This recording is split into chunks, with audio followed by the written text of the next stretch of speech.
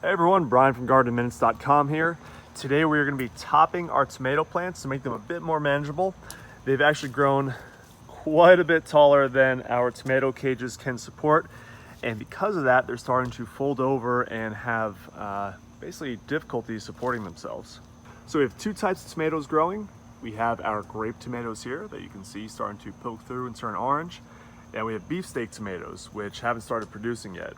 Both of these types that we have growing are indeterminate varieties, and that means they'll basically just grow as big as they possibly can. So this is why we're going to be topping them to basically manage their growth and put more of that plant energy towards producing fruit. All right, looking much more neat and tidy for our grape tomatoes here. Now we're on to the beefsteaks.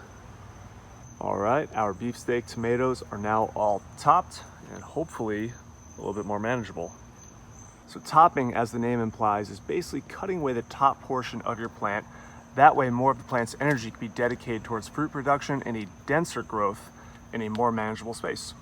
Something to keep in mind with topping tomatoes, you should probably do this before they get as tall and as out of hand as ours were.